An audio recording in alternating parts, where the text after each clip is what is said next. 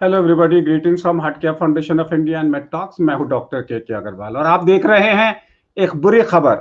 मुंबई के ACP Nangare Dharavi's Covid hero dies of cardiac arrest. Ramesh Nangare, assistant commissioner of police, who was praised for his good work and excellence management for containing the COVID-19 in Dharavi, died of cardiac arrest on Thursday morning, 2 days after he took the second dose of vaccine for COVID-19. Vaccine लेने के 2 दिन के अंदर अंदर ACP Nangare जी की मृत्यु cardiac arrest से। इनकी उम्र सिर्फ 60 से कम थी इनकी उम्र और इनकी अचानक मृत्यु हुई। क्या ऐसी मृत्यु को रोका जा सकता है? क्या पहचाना जा सकता है? अगर हम रिपोर्ट्स देखें मीडिया की, करीबन 60 लोग इंडिया में वैक्सीन के बाद मर चुके हैं।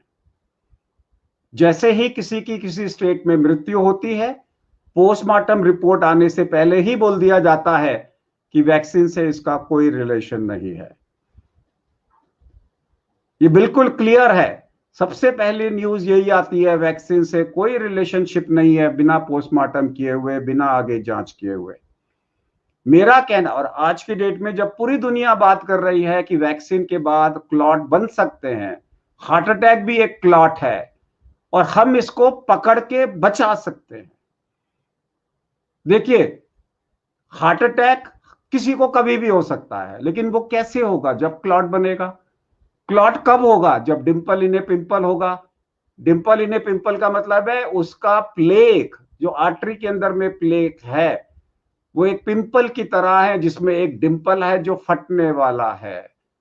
And vaccine reactogenicity with hyperinflammation and thrombogenicity can precipitate that heart attack.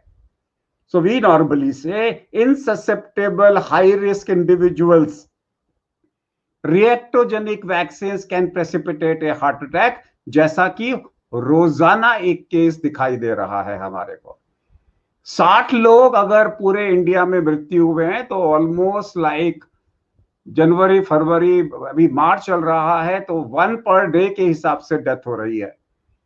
आज की डेट में मेरा सिर्फ एक ही मैसेज है, पहचानो वैक्सीन लेने से पहले कि मैं प्रो इन्फ्लेमेटरी, प्रो थ्रोम्बोटिक तो नहीं हूं। ऐसा तो नहीं है कि मेरे को हार्ट अटैक प्रेसिपिटेट हो जाएगा, नॉर्मल आदमी को नहीं हो सकता। अंदरूनी बीमारी होगी तभी होगा। तो उसके लिए कैसे पता लगे मेरा ब्लड प्रेशर अनकंट्रोल्ड है, मेरी डायबिटीज अनकंट्रोल्ड है, मेरा सीआरपी 1 से ज्यादा है? क्यों नहीं हम लोग सिंपल 100 रुपए का सीआरपी का टेस्ट करा के देख सकते? वैसे ही जरूरत है। और अक्टूबर में तो पूरी दुनिया बोल रही है अगर आपको हार्ट के ब्लॉकेजेस हैं तो अपने सीआरपी को 1 से कम रखो, नहीं तो आपको इन्फ्लेमेशन हो सकता है, हार्ट अटैक हो सकता है। और अगर आपका सीआरपी 1 से ज्यादा है, वैक्सीन लोगे तो क्लॉट की टेंडेंसी बढ़ सकती है। अभी कुछ दिनों पहले खबर आई थी, लैंसेट में छपी थी कि क्लियरली न्यूज था, 65 साल की औरत जिसको हाई ग्रेड फीवर हुआ और फीवर के बाद में अचानक उसका डी डायमर बढ़ गया, सीआरपी बढ़ गया। जब आप डिमॉन्स्ट्रेट कर रहे हो कि सीआरपी बढ़ रहा है, जिसका वैक्सीन के बाद सीआरपी 10 से ज्यादा बढ़ा, समझ लीजिए उसको नॉन पल्मोनरी सिस्टमिक इन्फ्लेमेशन है। और जहां उनकी वीक इन्फ्लेमेशन होगी, वो इन्फ्लेमेशन वहां प्रेसिपिटेट होके उसकी इलनेस को प्रेसिपिटेट कर देगा। मैं नहीं कह रहा कि एसीपी साहब को हम क्या कर सकते थे, क्या नहीं। मेरा सिर्फ एक कहना है, अगर आपको अंडरलाइंग हार्ट ब्लॉकेजेस हैं और आपका सीआरपी ज्यादा है, डेफिनेटली कोई भी trigger including vaccine can precipitate heart attack. अगर आप ससेप्टेबल पेशेंट हो, आपको मेटाबॉलिक सिंड्रोम है, डायबिटिक है, हाइपरटेंशन है, keep your CRP less than 1 before taking the vaccine. नमस्कार।